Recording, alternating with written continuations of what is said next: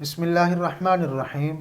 آج کے لیکچر میں اختبارات اللغت العربیہ سے النقد الادبی کے موضوع پر ہم پڑھیں گے کہ عنبسۃ الفیل یہ کنہیں کہا گیا ہے۔ عبداللہ بن اسحاق الحضرمی، عبد الملک بن مروان، عمر بن عبدالعزیز، ہشام بن عبد الملک، یہ بنو امیہ کے خلفاء اور یہ دیگر مشاہیر، ان کا نقد کے بارے میں کیا آراء ہیں اور ان کے اقوال کیا ہیں۔ اسی طرح خف القطین سے کیا مراد ہے، اور امرؤ القیس کے شعر وما ذرفت عیناکی اس کی تشریح اور اس کے معانی، زہیر بن سلمہ کے شعر تراہ اذا ما جئتہ اس کی تشریح، اور آخر میں اسمعی کے اشعار صوت صفیر البلبلی کا واقعہ۔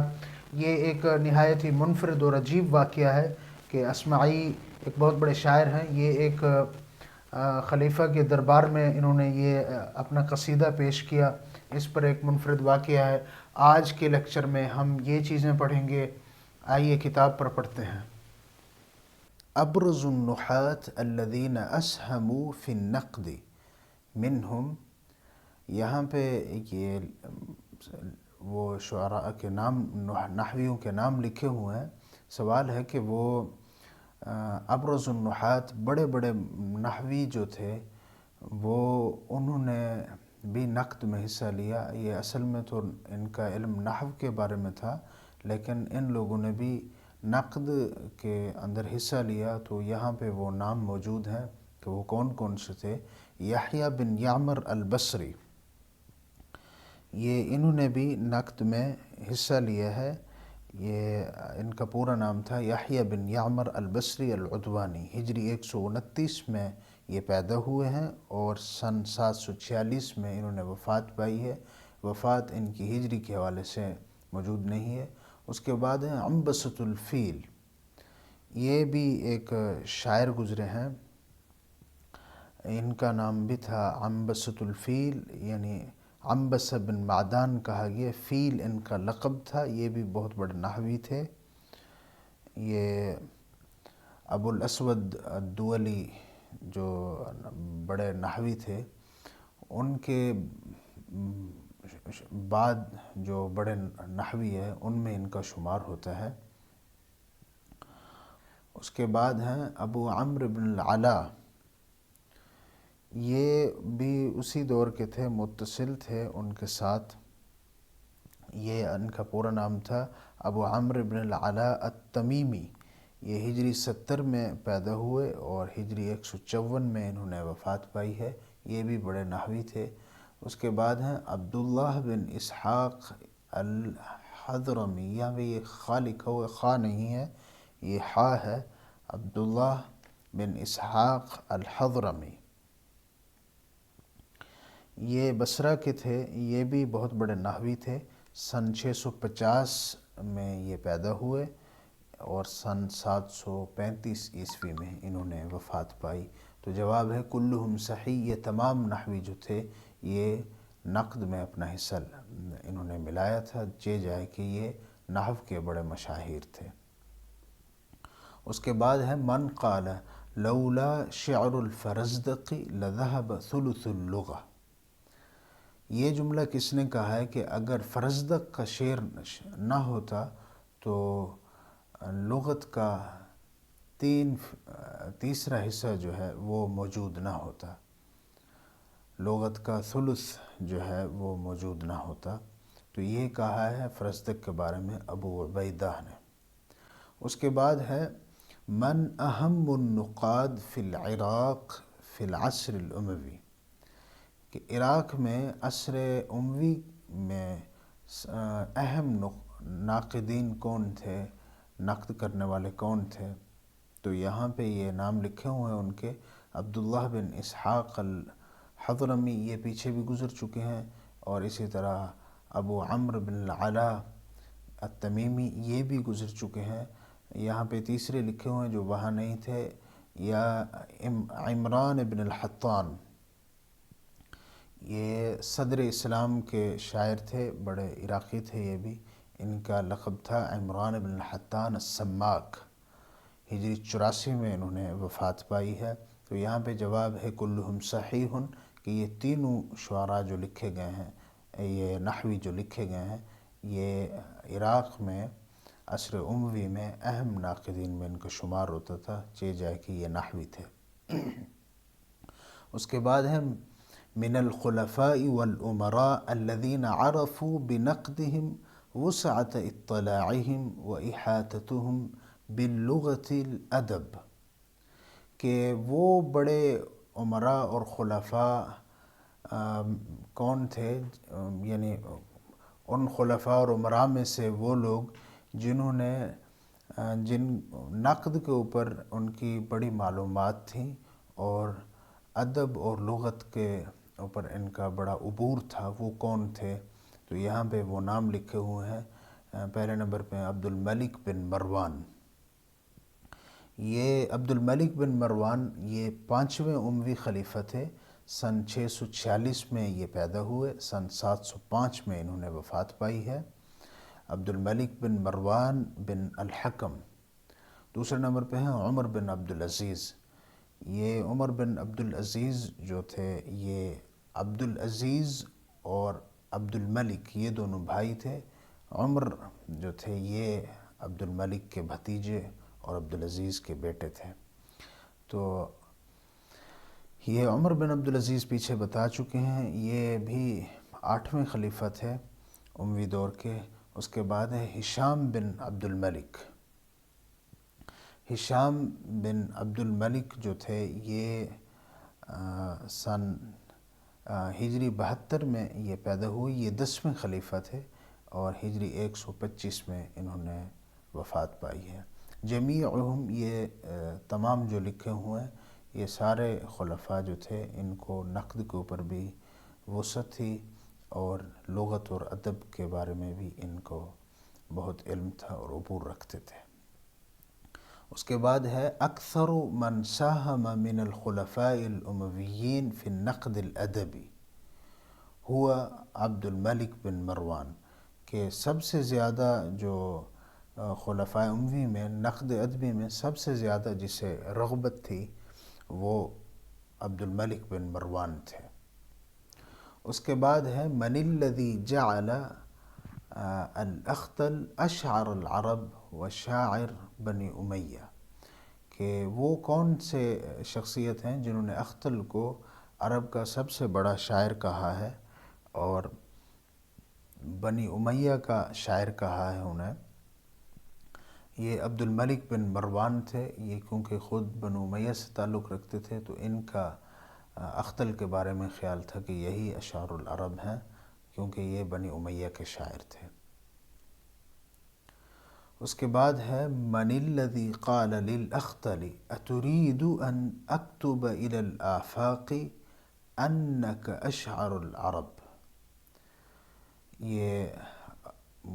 یہ بھی عبد الملک بن مروان نے اخطل کو کہا، شاعر کو، کہ آپ اتنا اچھی شاعری کرتے ہیں، اتريد ان اکتب الى الآفاق، کہ میں آپ اتنا اچھے شعر پڑھ رہے ہیں، کیا میں آپ کے اشعار کو، آپ کیا چاہتے ہیں کہ لوگوں اور پورے عالم میں آپ کے اشعار لکھ کر بھجواؤں، اور یہ بات لکھ کر بھجواؤں کہ انک اشعر العرب۔ یہاں پہ انک کا یہ کاف اور الف ملا ہوا ہے، یہ الگ الگ ہیں، حمزہ اور کاف ملا ہوا ہے، کہ آپ سب سے بڑے شاعر ہیں عرب کے۔ تو یہ جملہ بھی عبد الملک بن مروان نے کہا۔ اس کے بعد ہے مسم القصیدۃ التي عندما سمعها عبد الملک فقال ان لكل قوم شاعرا وشاعر بنی امیہ الاخطل۔ وہ کون سا قصیدہ ہے اخطل کا جسے سن کر عبد الملک بن مروان نے کہا کہ ہر قوم کا ایک شاعر ہوتا ہے اور بنو امیہ کا شاعر جو ہے وہ اخطل ہے۔ اس قصیدے کا نام تھا خف القطین، یہ اخطل کا قصیدہ تھا، اسے سن کر عبد الملک بن مروان نے یہ کہا تھا۔ اس کے بعد ہے قد اتفق النقاد على ان ارق بیت قالته العرب هو هذا البیت ولمن، کہ ناقدین جو ہیں یہ اس بات پر متفق ہیں کہ عرب کے اندر سب سے دقیق الفاظ والا شعر جو ہے وہ عرب نے جو کہا ہے وہ یہ شعر ہے اور یہ کس کا ہے، وہ نیچے شعر لکھا ہوا ہے، اس کے بارے میں سوال کیا گیا کہ وہ کس کا شعر ہے، تو یہ شعر ہے امرؤ القیس کا۔ یہ شعر ہے وما ذرفت عیناکی الا لتضربی بسہمیکی فی اعشار قلب مقتلی،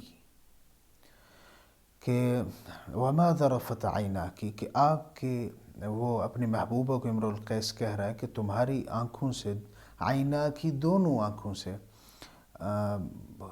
وہ نہیں بہتے، آنسو نہیں بہتے الا لتضربی، بلکہ جب بھی آنسو بہتے ہیں تو ایسے بہتے ہیں گویا لتضربی بسہمیکی، کہ تو اپنے دونوں تیروں کے ساتھ، دونوں آنکھیں جو ہیں یعنی آنکھوں سے تو دونوں، سہمئی کی لفظ ہے کہ دونوں آنکھوں سے تو تیر چلاتی ہے، فی اعشار قلب مقتلی، کہ اعشار یہ عشر سے ہے، اس کا مطلب ہے برمۃ القلب، یعنی قلب کے 10 ٹکڑے ہو جانا، کہ جب بھی تو تیری آنکھوں سے آنسو بہتے ہیں تو یہ مجھے تیروں کی طرح لگتے ہیں اور میرے دل کے 10 ٹکڑے ہو جاتے ہیں، اور یہ مقتلی میرے دل کو قتل کر دیتے ہیں۔ یہ لفظ جو ہے نا مقتلی، یہ قلب مقتل، یہ دونوں اکٹھے استعمال ہوتے ہیں، عرب کی اصطلاح ہے۔ یہ ایسے دل کے بارے میں کہا جاتا ہے جو بہت زیادہ غمگین ہو اور بہت زیادہ خود کو نیچا دکھانے کے لیے کہا جاتا ہے، کہ جیسے کوئی مقولہ کہتے ہیں، تمثیل کہتے ہیں عرب میں کہ انا ذا قلب المقتل، کہ میرا دل یعنی ایسا دل ہے جسے بھولا شخص کہہ لیں، یا جو انتہائی نچلے درجے کا شخص جو ہوتا ہے اس کے دل کے بارے میں یہ بات ہو رہی ہے، کہ تو میرے دل کے ایسے 10 ٹکڑے کر دیتی ہے گویا وہ مقتل ہو جاتا ہے، یعنی نچلے درجے کا وہ دل ہو جاتا ہے۔ تو یہ امرؤ القیس کا شعر ہے اور یہ اس کی تشریح ہے۔ قد اتفق النقاد على أن أمدح بيت قالته العرب هو هذا البيت ولمن، یہاں پہ سوال کیا گیا ہے کہ یہ شعر کس کا ہے کہ جس کے بارے میں نقاد جو ہیں اس بات پر متفق ہیں، یہ لفظ نقاد نہیں ہے، نقاد ہے، ناقد کی جمع ہے نون کی ضمہ کے ساتھ، کہ نقاد جو ہیں اس بات پر متفق ہیں کہ عرب کے ہاں جو سب سے زیادہ مدح والا شعر کہا گیا ہے، عرب نے جسے کہا ہے وہ یہ شعر ہے۔ اور سوال کیا گیا کہ یہ کس کا شعر ہے، تو یہ زہیر بن ابی سلمہ کے سے شعر ہے۔ تراہ اذا ما جئتہ متہللا کأنک تعطیہ الذی انت سائلہ، تو اس کا مطلب ہے کہ جب، یہاں پہ وہ شاعر کہہ رہا ہے کہ جب تم اس کے پاس جاتے ہو تو متہلل کا مطلب ہے مستبشراً، یعنی مسکراتا ہوا چہرہ، یا چہرے کے اوپر خوشی کے جو آثار ہوتے ہیں وہ اس کی طرف اشارہ کر رہا ہے کہ جب تم اس کے پاس جاتے ہو اور تم اس کو مسکراتا ہوا پاتے ہو یا چہرے کے اندر تر و تازگی پاتے ہو، اس متہلل کا مطلب ایک یہ بھی ایسی زمین جس کے اوپر تازہ بارش ہوئی ہو، یعنی یہاں اس نے تشبیہ دی ہے اس چیز کو اگلے شخص کے ساتھ جس کے پاس یہ جا رہا ہے، کہ اس کا چہرہ اگر مسکراتا ہوا ہے کأنک تعطیہ الذی انت سائلہ، تو پھر گویا ایسے ہے کہ جیسے تو اس کو وہ چیز دینے والا ہے جس چیز کا تو اس سے طلبگار ہے، یعنی تو اس کے پاس ایک شوق لے کر گیا ہے، اس کی محبت اپنے دل میں لے کر گیا ہے اس سے ملاقات کے لیے، تو اصل میں تو اس بات کا سائل تھا، اس کی ملاقات کا اور اس سے ملنے کی تجھے طلب تھی یا تجھے چاہت تھی، لیکن جب تو اس کا چہرہ مسکراتا ہوا دیکھتا ہے تو تو یہ سمجھ کہ وہ بھی اسی چاہت میں تھا، وہ بھی تیرا طلبگار تھا، کأنک تعطیہ، تو بھی اس کو وہی چیز دے رہا ہے جس کا تو اس سے سائل ہے، یعنی جو خوشی تجھے مل رہی ہے تو اس کا چہرہ بتا رہا ہے کہ تجھے دیکھ کر اسے بھی وہی خوشی مل رہی ہے جس کا تو طلبگار ہے۔ تو یہ شعر ہے زہیر کا، اور اسے امدح بیت کہا گیا ہے کہ عرب کے ہاں سب سے مدح والا شعر جو کہا گیا ہے وہ یہ زہیر کا یہی شعر ہے۔ اس کے بعد ہے من ابرز العلماء الرواة الاوائل الذين اسهموا في جمع التراث من لغة وادب ونقد، کہ ایسے بڑے راوی علماء جو شروع میں آئے تھے اور جنہوں نے اسہموا فی جمع التراث، جنہوں نے لغت، ادب اور نقد کا مواد جمع کرنے میں اپنا کردار ادا کیا، تو وہ یہ علماء تھے بڑے جنہوں نے نقد، ادب اور لغت کے موضوع میں ادبی مواد جمع کرنے میں اپنا کردار ادا کیا۔ تو وہ پہلے نمبر پہ ہیں قتادہ ابن پہلے نمبر پہ ہیں قتادہ بن دعامہ الدوسی۔ یہ تابعی تھے اور یہ بہت بڑے عالم تھے لغت اور ادب کے۔ یہ ہجری 61 میں پیدا ہوئے اور ہجری 118 میں انہوں نے وفات پائی ہے۔ اس کے بعد ہے ابو عمرو بن العلا۔ یہ پہلے بھی ہم ان کے بارے میں تفصیل سے پڑھ چکے ہیں پیچھے۔ اس کے بعد ہے ابو عبیدہ، ان کے بارے میں بھی پیچھے گزر چکا ہے۔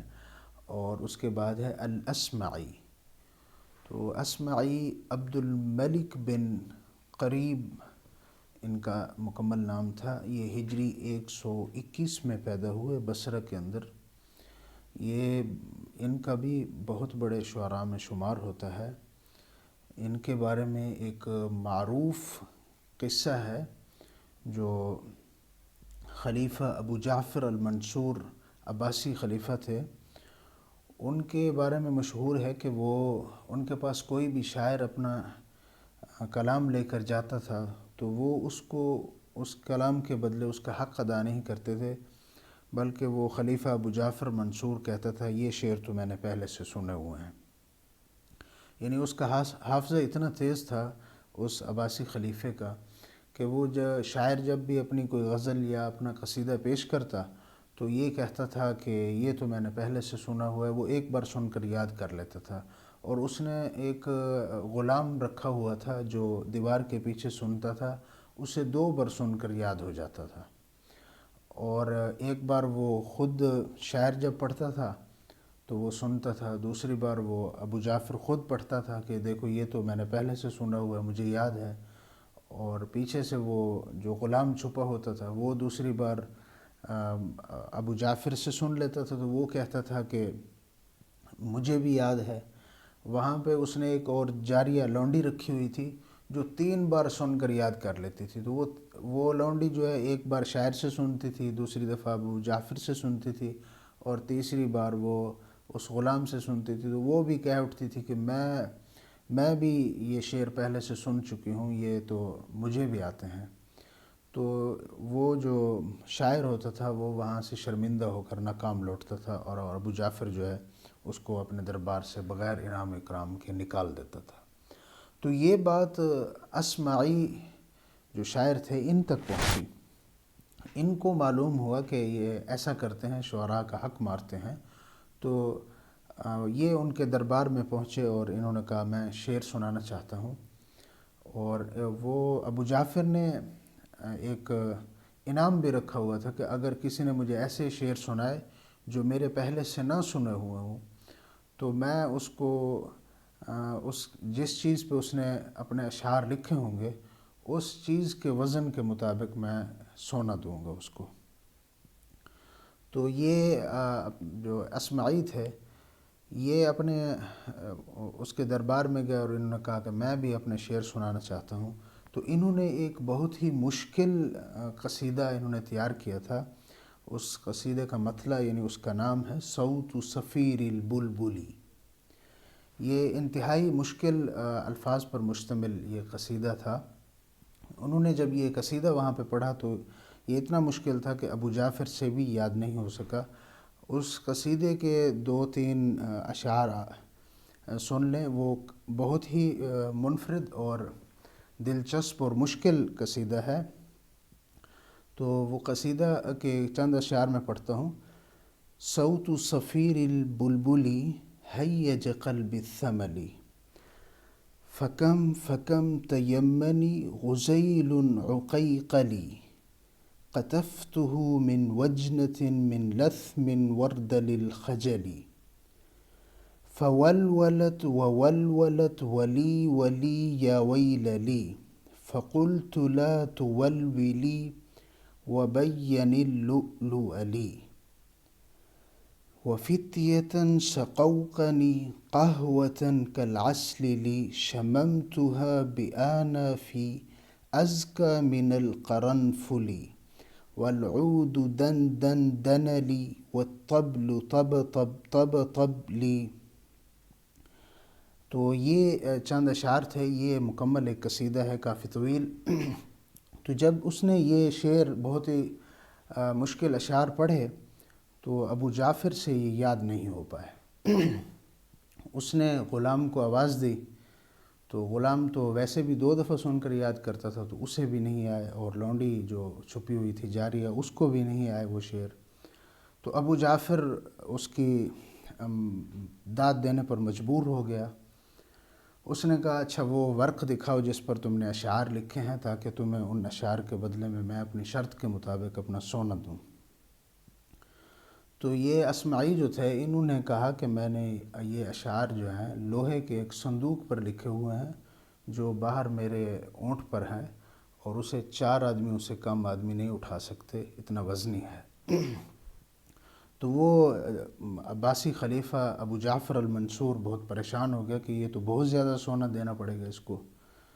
تو اس کے جو وزیر وہاں پہ موجود تھے تو وہ کہنے لگے تم خدا کا خوف کرو، اتنا ظلم نہ کرو، یہ جو خزانہ ہے یہ بیت المال ہے، عوام کا خزانہ ہے، تو یہ اتنا زیادہ سونا تو خزانے میں بھی نہیں ہے کہ اسے جتنا آپ اس صندوق کے بدلے لینا چاہتے ہیں۔